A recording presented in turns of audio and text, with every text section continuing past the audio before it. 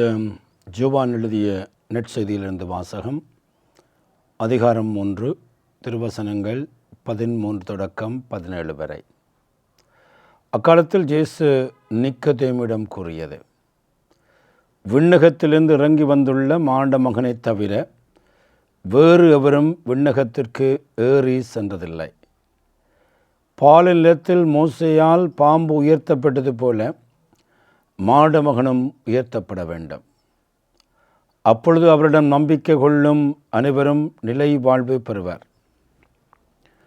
தம் ஒரே மகன் மீது நம்பிக்கை கொள்ளும் அவரும் அழியாமல் நிலை வாழ்வு பெறும் பொருட்டு அந்த மகனை அளிக்கும் அளவுக்கு கடவுள் உலகின் மேல் அன்பு கூர்ந்தார். உலகிற்கு தண்டனை தீர்ப்பளிக்க அல்ல, தன் மகன் வழியாக அதை மீட்கவே கடவுள் அவரை உலகிற்கு அனுப்பினார். இது கிறிஸ்து வழங்கும் நற்செய்தி. கிறிஸ்துவே உமக்கு புகழ். கிறிஸ்துவே, உம்மை ஆராதித்து வாழ்த்துகிறோம், ஏனெனில் உமது சிலுவையாலே உலகத்தை மீட்டீரே. ஆண்டவன் இயேசுவில் அன்பார்ந்தவர்களே, ஒரு முறை ஒரு ஆலயத்திலே ஒரு குருவானவர் மறையுரை ஆற்றிக் கொண்டிருக்கிறார்.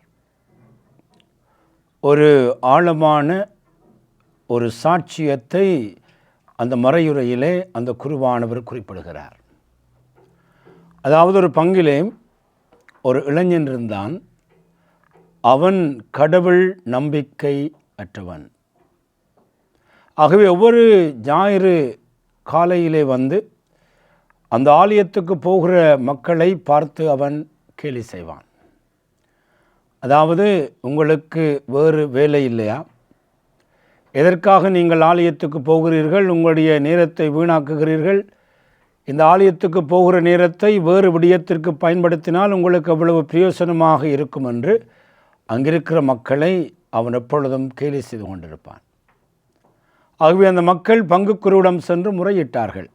இந்த இளைஞன் எங்களை குழப்புகிறான், எங்களுடைய விசுவாசத்தை குழப்புகிறான் என்று முறையிட்ட பொழுது பலமுறை அந்த இளைஞனுக்கு இந்த பங்குக்குரு புத்திமதி சொன்னான். ஆனால் அவன் கேட்கவில்லை.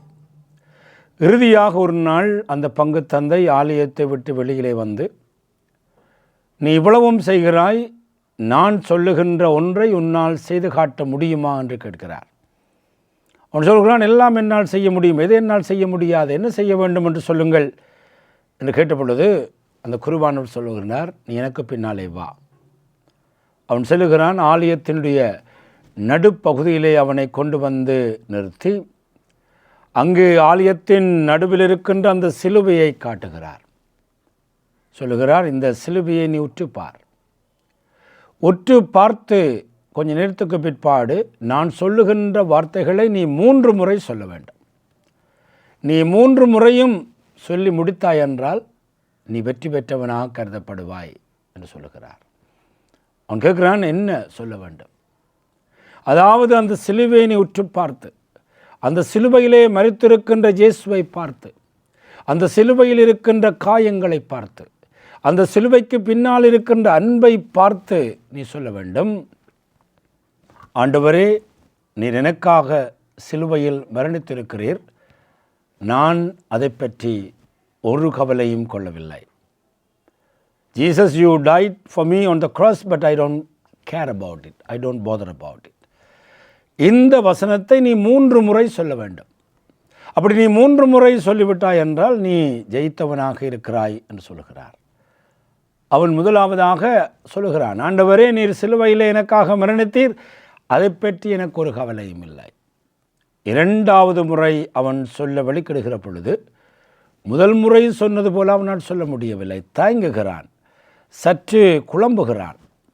என்றாலும் தன்னுடைய கௌரவத்திற்காக, இந்த குருவானவர் எனக்கு இதை சொல்லிவிட்டார் என்பதற்காக மிக அமைதியாக சொல்லுகிறார், ஆண்டவரே, நீர் எனக்காக சிலுவையில் மரணித்தீர், அதை பற்றி எனக்கு ஒரு கவலையும் இல்லை.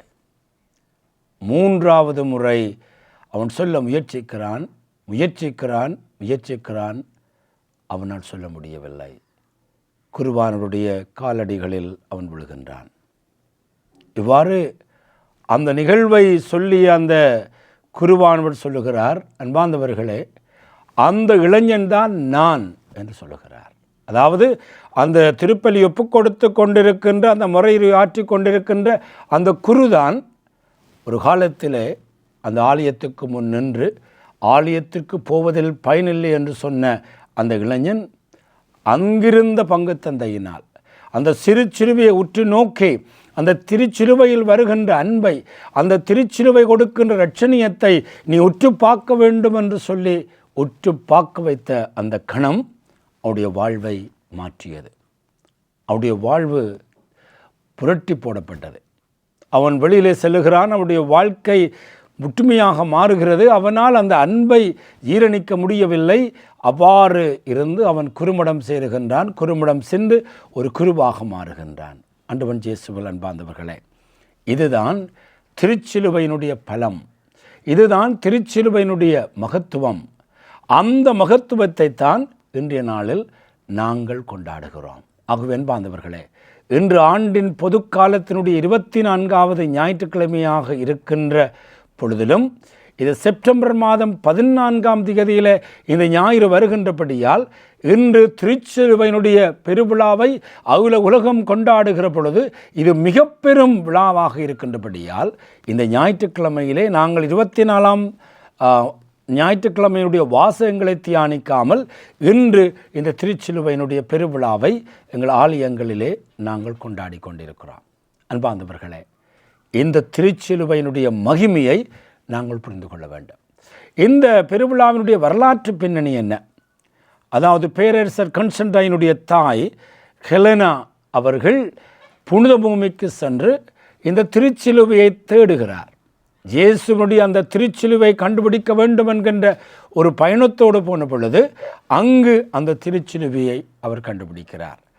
அந்த திருச்சிலுவையை கொண்டு வருகின்ற பொழுது அவருடைய அந்த பேரரசர் கான்ஸ்டன்டைன் என்ன செய்கிறார் என்றால், செப்டம்பர் மாதம் 13ஆம் தேதி ஒரு பெரிய ஆலயத்தை, ஒரு கல்லறை ஆலயத்தை அவர் கட்டி செப்டம்பர் மாதம் 13ஆம் தேதி 335ஆம் ஆண்டிலே அதை அவர் திறந்து வைக்கிறார். பிரம்மாண்டமாக அதை திறந்து வைக்கிறார். அதை திறந்து வைத்து அடுத்த நாள் செப்டம்பர் மாதம் 14ஆம் தேதி இந்த சிலுவையை மக்களுக்கு அவர் அறிமுகப்படுத்துகிறார். அந்த அறிமுகப்படுத்துகின்ற அந்த செப்டம்பர் மாதம் 14ஆம் தேதி திருச்சிலுவையினுடைய பெருவிழாவாக உலகம் முழுவதும் கொண்டாடப்படுகிறது.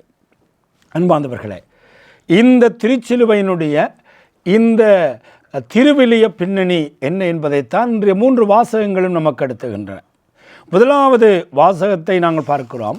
பழைய ஏற்பாட்டிலே இந்த திருச்சிலுவையினுடைய ஒரு முன் குறியங்களுக்கு கொடுக்கப்படுகிறது. எப்படி என்று சொன்னால், இந்த இஸ்ராயல் மக்கள் அந்த எகிப்தின் அந்த பாலைவனத்தினூடாக வாக்களிக்கப்பட்ட தேசத்துக்கு போய் கொண்டிருக்கிற பொழுது ஒரு கட்டத்தில் அவர்கள் சோர்ந்து போகிறார்கள். அவர்கள் அந்த இடத்திலே எங்களுக்கு உணவும் இல்லை, தண்ணீரும் இல்லை, எங்களுக்கெல்லாம் வெறுத்து போய்விட்டது, இந்த அற்பமான உணவு எங்களுக்கு வெறுத்து போய்விட்டது என்றெல்லாம் சொல்லி மோய்சனுக்கு எதிராக அவர்கள் முறையிடுகின்றார்கள். அப்பொழுது அந்த வேளையிலே ஆண்டவருடைய கோபக்கணல் அங்கு வருகிற பொழுது கொள்ளிவாய் பாம்புகள் வந்து அவர்களை கடிக்கிறது. அப்பொழுது அங்கே பலர் இறக்கிறார்கள். அந்த வேளையிலே தான் மோய்சன் மக்களுக்காக மன்றாடுகிறார். மன்றாடுகிற பொழுது ஆண்டவர் சொல்லுகின்ற வார்த்தை திருச்சிலுவைக்கு ஒரு முன்குறியாக இருக்கிறது. அவர் சொல்லுகிறார், நீங்கள் என்ன செய்ய வேண்டும் என்றால், ஒரு கொள்ளிவாய் பாம்பு ஒன்றை செய்து அதை கம்பத்திலே பொருத்தி உயர்த்த வேண்டும். அவ்வாறு அந்த கம்பத்திலே இருக்கின்ற அந்த கொள்ளிவாய் பாம்பை காணுகிறவர்கள் அங்கே குணப்படுத்தப்படுவார்கள் என்று சொல்லுகிறது. ஆகவே மோய்சனும் அந்த வெண்கல பாம்பை எடுத்து அந்த கம்பத்திலே பொருத்துகிற பொழுது அந்த பாம்பு கடிபட்ட ஒவ்வொருவரும் அதை பார்க்கிற பொழுது உயிர் பிழைக்கின்றார்கள். அன்பார்ந்தவர்களே, இது திருச்சிலுவைக்கு முன்னடையாளமாக இருக்கு. அதாவது அந்த வெண்கல பாம்பு அவர்களை குணப்படுத்தவில்லை, மாறாக இவ்வாறு நீ செய்கிற பொழுது நீ குணப்படுத்தப்படுவாய் என்கின்ற ஆண்டவருடைய வார்த்தையிலே நம்பிக்கை வைத்து அதை பார்த்த பொழுது அந்த ஆண்டவருடைய வார்த்தையினுடைய வல்லமை அவர்களை அங்கே குணப்படுத்துகின்றதை நாங்கள் பார்க்கிறோம். புதிய ஏற்பாட்டிலே இயேசுவே சொல்லுகிறார், இன்றைய 3வது அதிகாரம் யோவான் நற்செய்தியில் சொல்லுகிறார், பால் நிலத்தில் மோசையால் பாம்பு உயர்த்தப்பட்டது போல மாடமகனும் உயர்த்தப்பட வேண்டும், அப்போது அவருடன் நம்பிக்கை கொள்ளும் அவரும் நிலை வாழ்வு பெறுவார். அன்பார்ந்தவர்களே, இயேசு சிலுவையிலே மரணித்த பொழுது அந்த சிலுவை தான் எங்களுக்கு நிலை வாழ்வை தந்தது. அதாவது அந்த மனிதர்கள் பாவம் செய்த பொழுது அந்த சிலுவையிலே இயேசு மரணித்தபடியால் அந்த பாவம் என்கின்ற அந்த நோயிலே நாங்கள் இருந்த பொழுது அந்த சிலுவையை அவர் உயர்த்தப்பட்ட பொழுது அவர் எங்களுக்கு நிலை வாழ்வை தருகின்றார். ஆகவேதான் இன்றைய 2வது வாசகம் மிக அழகான ஒரு கிறிஸ்துவியல் பாடலை எங்களுக்கு தருகிறது. 2ஆம் அதிகாரம் பிலிப்பியருக்கு எழுதிய திருமுகம் 2ஆம் அதிகாரம் 6 தொடக்கம் 11 வரையில் இருக்கின்ற அந்த கிறிஸ்துவியல் பாடலுடைய உச்சக்கட்டம், இறுதிக்கட்டம் இதை சொல்லுகிறது என்றால், மனித உருவில் தோன்றி சாவை ஏற்கும் அளவுக்கு, அதுவும் சிலுவை சாவை ஏற்கும் அளவுக்கு கீழ்ப்படிந்து தம்மை இயேசு தாழ்த்தினார். எனவேதான் அவரை மிகவும் உயர்த்தி எப்பெருக்கு மேலான பெயரை அவருக்கு அருளினார். சிலுவையிலே அவர் தன்னை தாழ்த்தி இந்த மரணத்தை ஏற்கும் வழக்கும் தாழ்த்தியபடியால் அவரை உயர்த்தினார். ஆகவேதான் இயேசுவின் பேருக்கு விண்ணவர் மன்னவர் கீழோர் அனைவரும் மண்டியிடுவர், தந்தையாம் கடவுளின் மாட்சிமைக்காக இயேசு கிறிஸ்து ஆண்டவர் என்று எல்லா நாவுமே 2000 ஆண்டுகளுக்கு மேலாக சொல்லிக் கொண்டிருப்பதற்கு அடிப்படை காரணம் அவருடைய சிலுவை மரணம் என்பதை புனித பவுல் நமக்கு சொல்லுகிறார். அன்பார்ந்தவர்களே, இது ஆழமான வேதாகம விளக்கமாக இருக்கிறது. எங்களுடைய சாதாரண வாழ்க்கையிலே எவ்வாறு சிலுவை இருக்கிறது, இந்த சிலுவை எங்களுடைய வாழ்வுக்கு எவ்வளவு பலமாக இருக்கிறது என்பதை இன்றைய நாளிலே நாங்கள் சிந்திக்க வேண்டும். ஒரு மிக முக்கியமான உதாரணத்தை உங்கள் முன் வைக்க விரும்புகின்றேன். அன்னை திரேசாள். அன்னை திரேசாள் அடிக்கடி சொல்லுகிற வார்த்தை என்னவென்றால், என்னுடைய வாழ்க்கையிலே ஒரு மிக முக்கியமான நாள் புனித வெள்ளிக்கிழமை. அந்த புனித வெள்ளிக்கிழமையிலே நான் இந்த சிலுவையை முத்தி செய்கிற பொழுது அடுத்த ஆண்டு முழுவதும் என்னுடைய பணிக்கான எல்லா விதமான அருள் வளங்களும் என்னுடைய வாழ்க்கையிலே கிடைக்கிறது என்று அன்னை தெரேசாள் நம்பினாள், வாழ்ந்தாள். அது மாத்திரமல்ல, சிலுவை அவருடைய வாழ்வின் அடித்தளமாக இருந்தது. ஒருமுறை ஒரு பத்திரிகையாளர் அவரிடம் வந்து கேட்கிறார், அந்நிய நீங்கள் கைவிடப்பட்டவர்களை பார்க்கிறீர்கள், தொழுநோயாளர்களை பார்க்கிறீர்கள், இந்த சாவின் இறுதிக்கட்டிலே இருக்கிறவர்களை பார்க்கிறீர்கள், மிகவும் ஒரு கடினமான பணி, உங்களுக்கு மனச்சோர்வு இல்லையா, எப்படி நீங்கள் இதையெல்லாம் செய்கிறீர்கள் என்று கேட்ட பொழுது அன்னை சொன்ன அந்த வார்த்தைகளை நாங்கள் மனப்பாடம் செய்து கொள்ள வேண்டும். ஒரு திருச்சிலுவையை எப்பொழுதும் அவர் வைத்திருப்பார். அந்த திருச்சிலுவையை எடுத்து காட்டி அவர் சொன்ன பதில் என்னவென்றால், இதுதான் காரணம், he did it first. அதாவது அவர் முதலில் செய்து காட்டினார். ஆகவேதான் என்னால் செய்யக்கூடியது இருக்கிறது. அவர் முதலில் அன்பு செய்து காட்டினார், அவர் முதலில் மன்னித்து காட்டினார், அவர் முதலில் சிலுவை சுமந்து காட்டினார். ஆகவே என்னால் அதை செய்ய முடியும் என்கின்ற அந்த வார்த்தைகளை அவர் சொல்லுகிறார். இயேசு சிலுவையிலே அன்பு செய்து காட்டினார். எவ்வளவுக்கு நீர் அன்பு செய்கிறேன் என்று சொன்ன பொழுது கரங்களை உயர்த்தி இந்த அளவுக்கு அன்பு செய்கிறேன் சொன்னார். சிலுவையிலே தான் தந்தை இவர்களை மன்னியும், இவர்கள் தெரியாமல் செய்கிறார்கள் என்று அவர் முதலில் சொன்னார்.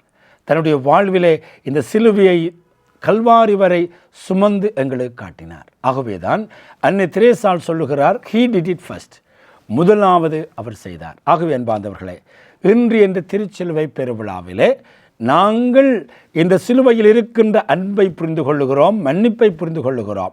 அதே வேளையிலே ஒவ்வொரு நாளும் எங்களுடைய வாழ்க்கையிலே அன்னை திரேசாள் செய்தது போல அவர் முதலில் செய்தார். என்று குடும்பத்திலே மன்னிக்க முடியாமல் இருக்கிற பொழுது இந்த திருச்சிலுவையை நாங்கள் பார்க்க வேண்டும். அவர் முதலில் மன்னிப்பு காட்டினார். ஆகவே என்னால் செய்ய முடியும். எங்களுக்கு பலரை அன்பு செய்ய முடியாமல் எங்களுடைய வாழ்க்கையிலே தடுமாறுகிற பொழுது மீண்டும் அன்னை திரேசா சொல்லுகிறார், அவர் முதலில் செய்து காட்டினார், அந்த அன்பை செய்து காட்டினார். ஆகவே அன்பார்ந்தவர்களே, இன்றைய நாளிலே இந்த அழகான பெருவிழாவில் செப்டம்பர் மாதம் 14ஆம் தேதி என்றால் திருச்சிலுவையினுடைய மகிமையின் பெருவிழா. ஆகவேதான் அன்றைய அல்லேலூயா பகுதி சொல்லுகிறது, கிறிஸ்துவை உம்மை ஆராதித்து வாழ்த்துகிறோம், ஏனெனில் உமது சிலுவையாலே உலகத்தை மீட்டீர். இன்றைய நாள் நன்றியின் பெருவிழா. எங்களுடைய மனுக்குலம் பாவம் செய்த பொழுதும் இந்த சிலுவை எங்களுக்கு நித்திய வாழ்வை தந்திருக்கிறது. ஆகவே ஆண்டவருக்கு நாங்கள் இன்று நன்றி கூறுவோம். இந்த சிலுவையின் பின்னால் இருக்கின்ற அன்பை நாங்கள் புரிந்து கொள்வோம். இந்த சிலுவையின் பின்னால் இருக்கின்ற மகிமையை புரிந்து கொள்வோம். அன்னை தெரேசால் சொல்லித் தருகின்ற பாடம். ஒவ்வொரு நாளும் இந்த சிலுவை எங்களுக்கு ஒரு மேற்பரி சட்டமாக இருக்கட்டும். எங்களுடைய கிறிஸ்தவ வாழ்வில் இதை செய்ய முடியாது என்று நாங்கள் நினைக்கிற பொழுது அவர் முதலில் செய்து காட்டினார். அந்த முதலில் செய்து காட்டி அந்த மாபெரும் விடயம்தான் இந்த திருச்சிலுவையாக இருக்கிறது. ஆகவே நாங்களும் அவருடைய வழியை பின்பற்றி இந்த சிலுவை வாழ்வை எமதாக்க இன்றைய நாளில் ஆண்டவர் நோக்கி மன்றாடுவோமாக.